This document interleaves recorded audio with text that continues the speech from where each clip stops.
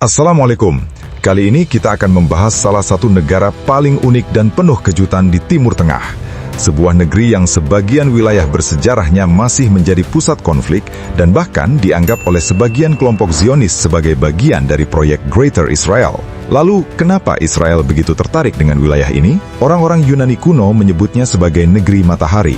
Umat Nasrani mengenalnya sebagai tanah suci, sementara umat Islam menyebutnya sebagai negeri para nabi. Menurut berbagai kisah, di wilayah inilah kaum Nabi Ilyas AS pernah mendapat azab dari Allah SWT. Tapi sebenarnya, di manakah tempat itu? Selain sejarahnya yang luar biasa, negara ini juga memiliki keindahan alam yang bisa membuat siapapun berdecak kagum. Dari pegunungan bersalju, pantai biru yang indah, hingga penduduknya yang terkenal menawan.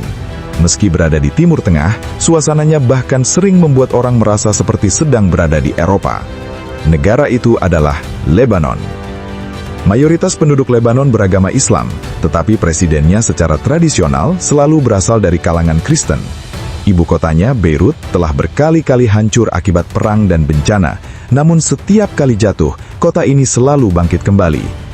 Nama Lebanon berasal dari kata Arab Laban, yang berarti putih atau susu. Ada yang mengatakan nama itu berasal dari warna kulit penduduknya, sementara pendapat lain menyebutkan bahwa pegunungan yang tertutup salju membuat negeri ini tampak putih seperti susu. Dengan luas hanya sekitar 10.452 km persegi dan jumlah penduduk sekitar 6,8 juta jiwa, Lebanon termasuk negara kecil. Sekitar 95% penduduknya berasal dari etnis Arab, sedangkan sisanya merupakan bangsa Armenia dan berbagai kelompok lainnya. Yang membuat Lebanon semakin unik adalah keberagaman masyarakatnya. Ada sekitar 18 kelompok agama dan mazhab berbeda, mulai dari Sunni, Syiah, Druze, Maronit, Kristen Ortodoks, Katolik, Alawi hingga Yahudi. Bahkan dalam kehidupan sehari-hari, 4 bahasa digunakan secara bersamaan, yaitu Arab, Inggris, Prancis, dan Armenia. Saat musim panas melanda negara-negara Arab lainnya, cuaca Lebanon justru lebih sejuk dan nyaman. Karena itulah lebih dari 2 juta wisatawan datang setiap tahun, mulai dari turis Eropa hingga para miliarder dari negara-negara Teluk. Lebanon juga terkenal dengan pohon sedar kuno, kebun zaitun dan perkebunan apel yang subur. Pohon sedar bahkan menjadi simbol nasional dan menghiasi bendera negara tersebut. Negeri ini termasuk salah satu negara tertua di dunia yang namanya tidak berubah selama lebih dari 4.000 tahun. Lebanon juga merupakan satu-satunya negara Arab yang tidak memiliki gurun pasir. Karena itu, sejarah pertanian dan peradabannya sangat tua. Bahkan beberapa ahli percaya bahwa perkembangan awal sistem tulisan manusia berhubungan dengan wilayah ini. Sebagian besar wilayah Lebanon berada di pesisir Laut Mediterania dan telah dihuni manusia sejak ribuan tahun lalu. Walaupun kecil, negara ini memiliki sejarah, budaya, dan keindahan yang membuatnya menjadi salah satu negeri paling menarik di Timur Tengah. Terletak di ujung barat Asia, tepat di pesisir timur Laut Mediterania, Lebanon memang negara kecil, namun pengaruhnya di Timur Tengah sangat besar. Sebagian besar wilayahnya berupa pegunungan hijau yang indah dan memanjakan mata. Lebanon juga dikenal sebagai negeri yang seolah tak pernah tidur. Kehidupan malamnya sangat aktif, musik selalu terdengar, dan kulinernya terkenal ke seluruh dunia, mulai dari meze, hummus, tabbouleh, manakish, hingga shawarma yang menjadi favorit banyak orang. Dalam dunia musik dan hiburan, Lebanon termasuk yang paling berpengaruh di dunia Arab. Gaya hidup, fashion, dan tren masyarakatnya bahkan sering dibandingkan dengan negara-negara Eropa. Di utara dan timur, Lebanon berbatasan dengan Suriah, sedangkan di selatan berbatasan dengan Israel. Sementara di sebelah barat terbentang Laut Mediterania dan Pulau Siprus. Garis pantainya mencapai sekitar 225 km. Ibu kotanya adalah Beirut, sebuah kota yang namanya berasal dari bahasa Fenisia yang berarti sumur air tawar. Kota ini dihuni lebih dari 2 juta penduduk dan dikenal sebagai salah satu kota paling hidup di Timur Tengah. Lebanon pernah memiliki undang-undang kontroversial yang membebaskan pelaku pelecehan dari hukuman jika menikahi korbannya. Namun, aturan tersebut akhirnya dihapus dan mendapat dukungan luas dari masyarakat. Meskipun fasilitas kesehatan masih menghadapi berbagai tantangan, masyarakat Lebanon terkenal ramah, terbuka, dan sangat menghormati tamu. Banyak wisatawan merasa seperti bertemu teman lama saat berkunjung ke negara ini. Kehidupan malam Beirut juga sangat terkenal. Kawasan Gemaize dan Monot dipenuhi restoran, klub, dan tempat hiburan modern yang tidak kalah dengan kota-kota besar di Eropa maupun Amerika. Sepanjang pesisir Beirut, berdiri hotel-hotel mewah, restoran kelas atas, dan kawasan wisata eksklusif. Karena itulah, sektor pariwisata menjadi salah satu tulang punggung ekonomi Lebanon dan menyediakan banyak lapangan pekerjaan. Menariknya, bendera Lebanon tidak pernah berubah sejak tahun 1945. Tingkat melek hurufnya juga sangat tinggi, mencapai sekitar 95%, menunjukkan pentingnya pendidikan bagi masyarakat setempat. Kalau berbicara soal wisata, Lebanon memiliki banyak tempat luar biasa.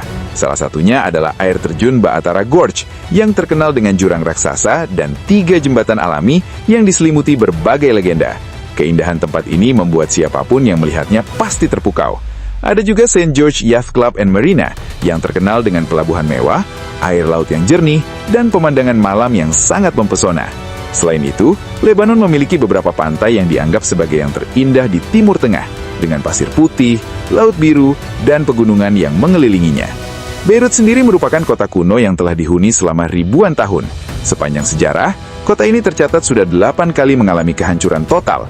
Namun, setiap kali hancur, Beirut selalu berhasil bangkit kembali. Karena itulah, kota ini dijuluki sebagai kota yang tak pernah menyerah. Pelabuhan Beirut juga menjadi salah satu pelabuhan terpenting di kawasan Laut Mediterania.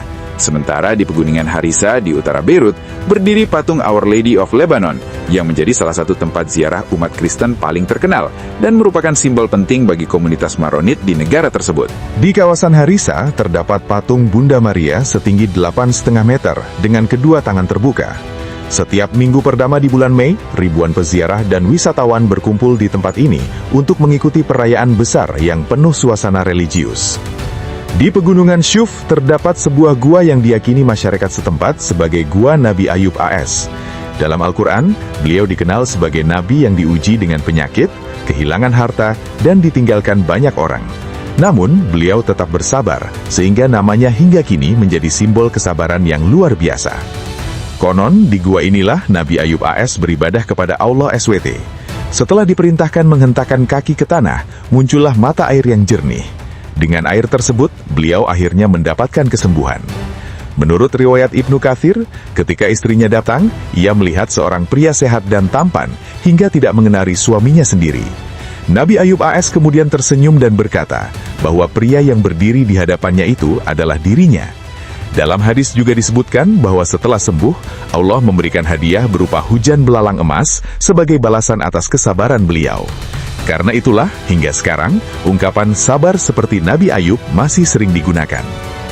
Selanjutnya kita menuju Byblos, kota tertua di Lebanon yang masuk dalam daftar warisan dunia UNESCO. Bahkan sebagian sejarawan meyakini bahwa kota ini termasuk salah satu kota tertua yang terus dihuni manusia di dunia. Reruntuhan kuno, pelabuhan bersejarah, dan pemandangan pantainya menjadikan Byblos sebagai salah satu destinasi wisata paling menarik di Lebanon. Ada pula Hamra Street yang sering disebut sebagai Shams Elysee-nya Lebanon.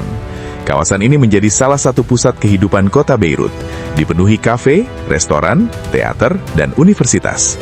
Setiap tahun Hamra Festival digelar untuk menampilkan kekayaan budaya Lebanon melalui musik, tarian, kuliner, dan dunia fashion. Festival ini bahkan turut menarik perhatian para seniman internasional. Kalau kita mundur jauh ke masa lampau, penduduk daerah tersebut pernah menyembah sebuah berhala bernama Baal. Dalam kitab Raja-Raja di Alkitab, disebutkan bahwa istri Raja Ahab memperkenalkan penyembahan kepada Baal. Berhala itu digambarkan berbentuk perempuan, dibuat dari emas murni dengan tinggi sekitar 20 yard, dan memiliki 4 wajah yang berbeda. Untuk melayaninya, ditunjuk sekitar 400 pelayan yang sangat dihormati masyarakat. Di wilayah tersebut juga pernah berdiri kuil Jupiter dan Bacchus yang sangat terkenal. Karena itulah, orang-orang Yunani memberi nama kota itu Heliopolis, yang berarti kota matahari. Nabi Ilyas AS juga berasal dari wilayah tersebut. Dalam Al-Quran, beliau disebut sebagai Ilyas, sedangkan dalam Alkitab dikenal dengan nama Elijah atau Elia. Beliau berasal dari daerah Baalbek. Dalam Al-Quran, Allah berfirman bahwa Ilyas termasuk salah satu nabi.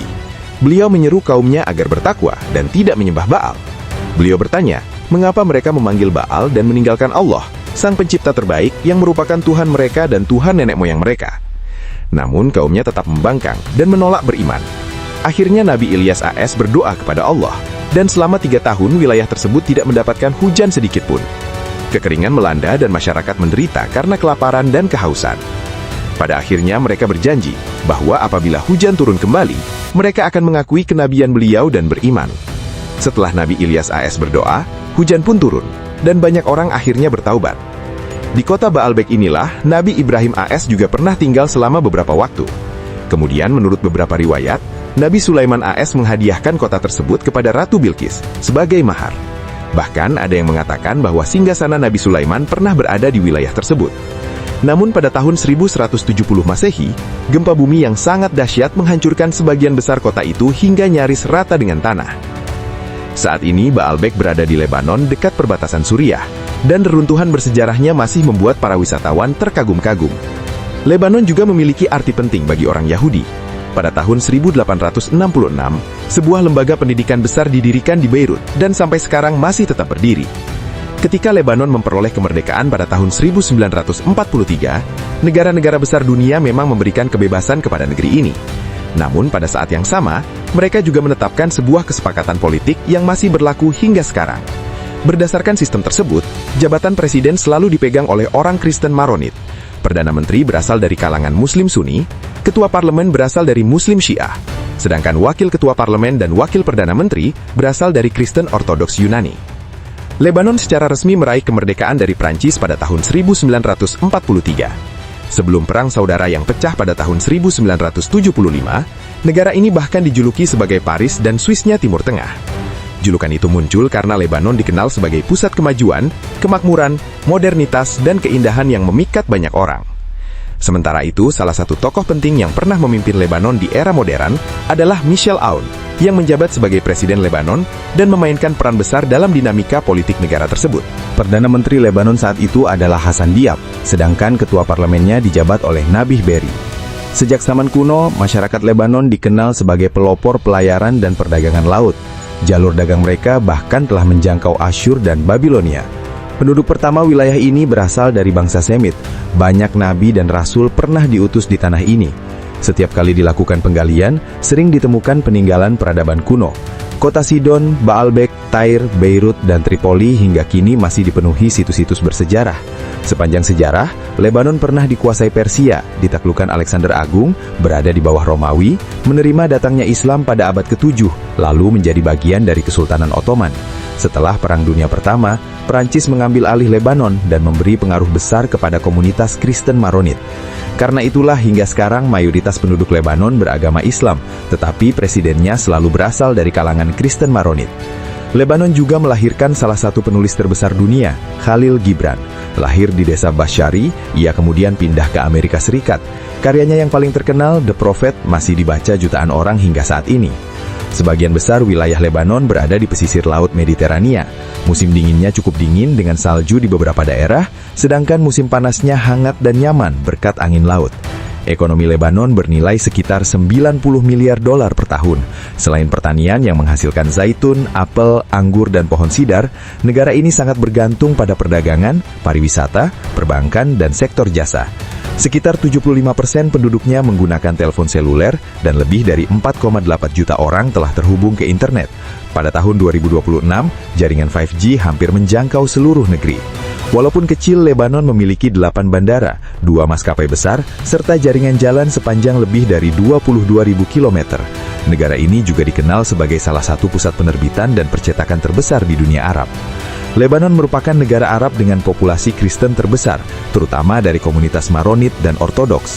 Lalu, kenapa Israel sangat tertarik pada Lebanon?